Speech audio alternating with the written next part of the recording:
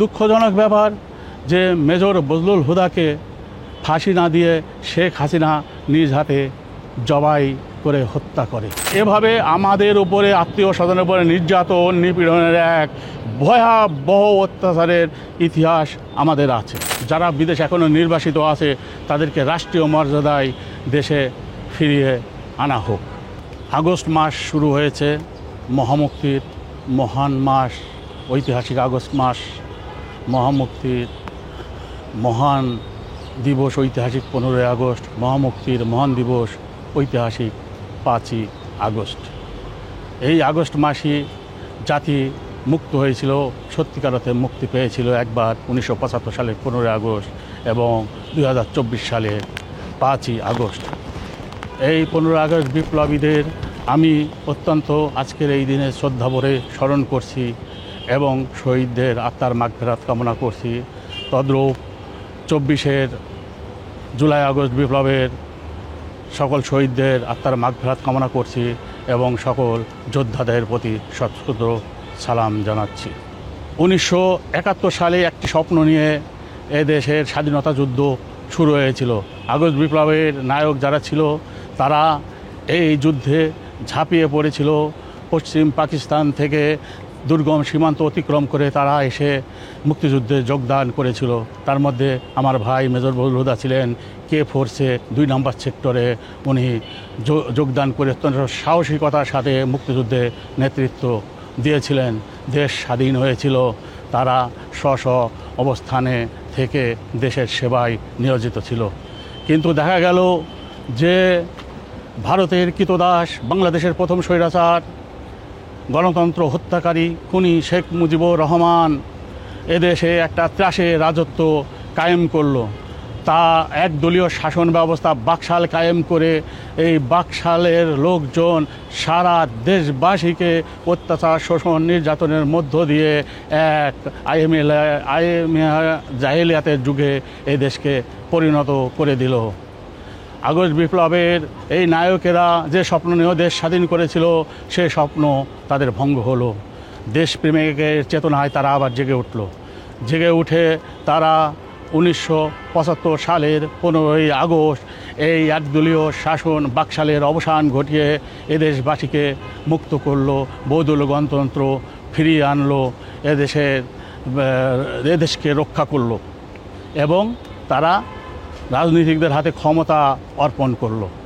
কিন্তু রাজনীতিবিদরা বিভিন্ন ষড়যন্ত্র এবং ভারতের পঞ্চম বাহিনী, ভারতের আশ্রিত ভারতের যারা তাবেদার দালাল, তারা নতুন করে ষড়যন্ত্রের মধ্য দিয়ে আমার ভাইদের, আগস্ট বিপ্লবের নায়কদের বিদেশে ষড়যন্ত্র চক্রান্ত করে তাদেরকে বিদেশে নির্বাসিত করল বলে কৌশলে। এটা 1975 সালে নভেম্বরে, 3রা নভেম্বরের পরে বিদেশে নির্বাসিত করলো। কিন্তু 7ই নভেম্বর আবার 15 আগস্টের চেতনায় কিন্তু বিপ্লব হলো। শহীদ রাষ্ট্রপতি জিয়াউর রহমানকে বন্দিদশা থেকে এই 15 আগস্ট আরেক বিপ্লবী, সে তখন দেশে ক্যান্টনমেন্টে অবস্থান করছিল, কর্নেল মহিউদ্দিন, উনি তাকে উদ্ধার করে টুফিল্ড রেজিমেন্ট আর্টিলারি নিয়ে যেয়ে তাকে ওইখানে সমস্ত নিরাপত্তা দান করেছিল।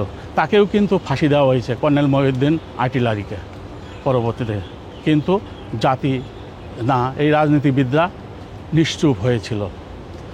আরও এই বিপ্লবীরা কি করেছিল, শহীদ রাষ্ট্রপতি জিয়াউর রহমান সিনিয়র হওয়া সত্ত্বেও শেখ মুজিব জেনারেল শফিউল্লাহকে কিন্তু সেনাবাহিনী প্রধান বানিয়েছিল। জেনারেল শফিউল্লাহ জিয়াউর রহমানের জুনিয়র ছিলেন। কিন্তু আগস্ট বিপ্লবীরা পরিবর্তনের পরে শহীদ রাষ্ট্রপতি জিয়াউর রহমানই ছিলেন যোগ্য ব্যক্তি। তাকে 1975 সালের 15 আগস্ট বিপ্লব হলো, 24 আগস্ট তাকে সেনাবাহিনী প্রধান হিসাবে করার সর্বব্যবস্থা করেছিল এবং জেনারেল জিয়াউর রহমান খন্দকার মোস্তাকের অধীনে সেনাবাহিনী প্রধান হয়েছিল। তাছাড়া জেনারেল জিয়াউর রহমান 1975 সালে এই কর্মকাণ্ডকে বৈধতা দিয়েছিল এবং উনি যাতে কেউ তাদের দায়মুক্তি দিয়েছিল এই 15 আগস্ট বিপ্লবীদের। আপনারা জানেন খন্দকার মোস্তাক আহমেদ ইন্ডিপেন্ডেন্ট অর্ডিন্যান্স জারি করছিল।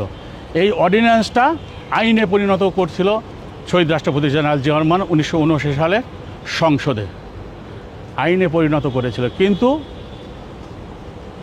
খুনি শেখ হাসিনা, ভারতের কৃতদাসী শেখ হাসিনা, গণহত্যাকারী শেখ হাসিনা ছলে বলে কৌশলে বিভিন্ন প্রক্রিয়ায় ভারতের দাবিদারিতে, ভারতের ষড়যন্ত্রে সে ক্ষমতায় এসে 1996 সালে এই আগস্ট বিপ্লবের নায়কদের সবাইকে গ্রেপ্তার করে।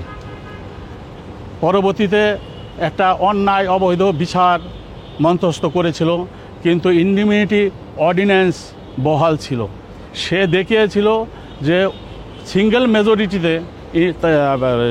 মেজরিটিতে এই ইন্ডিমিনিটি অর্ডিন্যান্স বাতিল করছিল, কিন্তু সিঙ্গেল মেজরিটি বাতিল হয়, 2/3 মেজরিটি লাগে, তাহলে বিচারটা তো স্বভাবতই অবৈধ হয়ে যায়। সেই অবৈধের মিশে দিয়ে ফাঁসির আদেশ তাদের দেওয়া হয়েছিল। কিন্তু দুঃখজনক ব্যাপার যে মেজর বজলুল হুদাকে ফাঁসি না দিয়ে শেখ হাসিনা নিজ হাতে জবাই করে হত্যা করে তাদের দোসরদের সাথে নিয়ে। কর্নেল সৈয়দ ফারুক রহমান, আগস্ট বিপ্লবের মহানায়ক কর্নেল শহীদ ফারুক রহমানকে হত্যা করেন। কর্নেল সুলতান শাহ রশিদ খানকে হত্যা করেন। কর্নেল AK মহিউদ্দিন ল্যান্সারকে হত্যা করেন। কর্নেল মহিউদ্দিন আর্টিলারিকে হত্যা করেন। পরবর্তীতে ক্যাপ্টেন মাজেদকে হত্যা করেন। হত্যা করেন। এবং এভাবে আমাদের উপরে, আত্মীয় স্বজনের উপরে নির্যাতন নিপীড়নের এক ভয়াবহ অত্যাচারের ইতিহাস আমাদের আছে। আমাদের বাড়ি ঘর ভেঙে দেয়, বাড়ি ঘর থেকে সমস্ত কিছু পুলিশ লিগ দিয়ে লুটতরাজ করে নিয়ে যায়। এবং পরবর্তীতে আমার মা আশ্রয়হীন হয়ে মারা যান। আমার মাকেও আমরা বলি যে হত্যা করেছে। আমার ভগ্নিপতি আগস্ট বিপ্লবের আরেক নায়ক কর্নেল আব্দুল আজিজ পাশাকে মানসিক যন্ত্রণা দিয়ে হত্যা করেছে বিদেশে।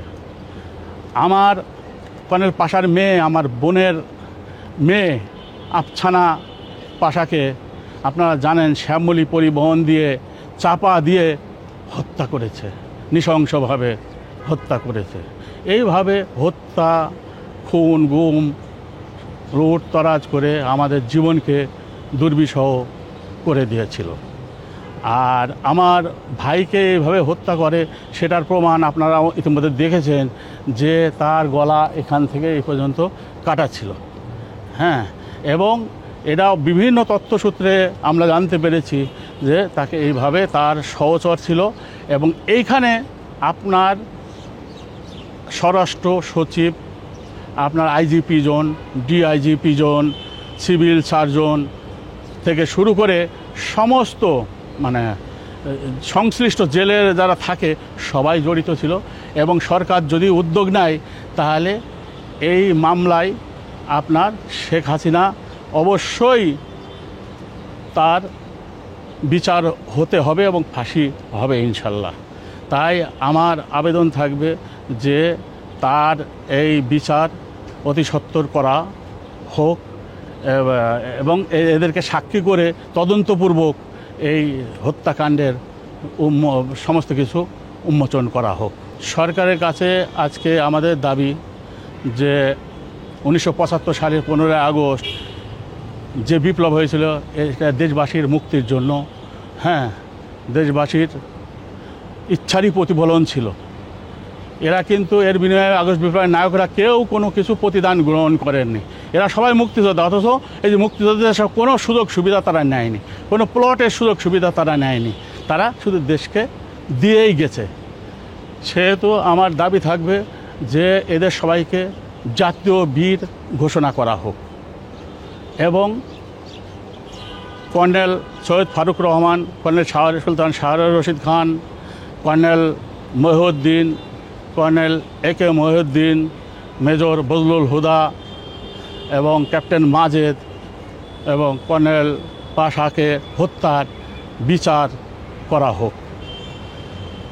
বিদেশে নির্বাসিত কর্নেল শরীফুল হক ডালিম বীরোত্তম, মেজর রশিদ, তারপরে আপনার কর্নেল নূর চৌধুরী বীর বিক্রম, তারপরে রাশেদ চৌধুরী, বীর মুক্তিযোদ্ধা রাশেদ চৌধুরী সহ যারা বিদেশে এখনও নির্বাসিত আছে তাদেরকে রাষ্ট্রীয় মর্যাদায় দেশে ফিরিয়ে আনা হোক।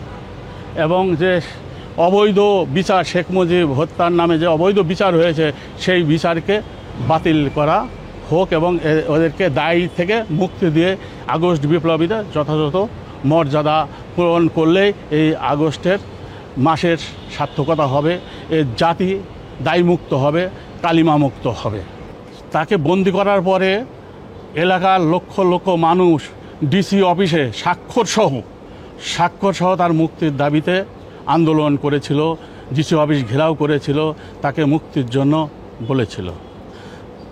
মেজর বজলুল হুদা যখন সংসদ সদস্য ছিলেন, জাতীয় সংসদ সদস্য, তার এলাকা মেহেরপুর 2, তার এলাকাতে সমস্ত খুন খারাপি চুরি ডাকাতি বন্ধ। এটা একটা রেকর্ড, বাংলাদেশের জন্য রেকর্ড। কোনো অন্যায় অত্যাচার স্বজনপ্রীতি ছিল না, একটি ইতিহাস হয়ে আছে এখনও ওই সংসদের ইতিহাসে। সে কোনো সুযোগ সুবিধা গ্রহণ করেনি সংসদ থেকে, সে মানুষের অধিকারের জন্য লড়াই করছে, এলাকার অধিকারের জন্য লড়াই করছে এবং সত্যিকারের মানুষের অধিকার তার এলাকায় প্রতিষ্ঠিত হয়েছিল। আর একই সাথে মেজর বজলুল হুদা তার জীবনের শেষ দিন পর্যন্ত সে দেশের জন্য সব কিছু করে গেছে, নিজের জন্য তার কিছুই ছিল না। সাংবাদিক ইলিয়াস হোসেনকে অনেক ধন্যবাদ। উনি অত্যন্ত নিখুঁতভাবে এবং কষ্ট করে একটি সুন্দর প্রতিবেদন তৈরি করেছেন। সেইখানে আপনারা দেখবেন যে মেজর বজলুল হুদার জীবন এবং মেজর হুদাকে কীভাবে হত্যা করেছে তার কিছুটা সারসংক্ষেপ উনি দিয়েছেন। এবং সেইখানে দেখা যায় যে তার সাথে খুনি শেখ হাসিনার সাথে তার কয়েক সহযোগী, রাজনৈতিক সহযোগী ছিল এবং অনেকেই এই বিষয়টা জানতো। এটা সুন্দরভাবে শ্রদ্ধা সাংবাদিক ইলিয়াস হোসেন এটা অনুসন্ধানী রিপোর্টে বের করে এনেছেন। তার জন্য তার প্রতি আমরা কৃতজ্ঞ এবং তাকে অনেক ধন্যবাদ।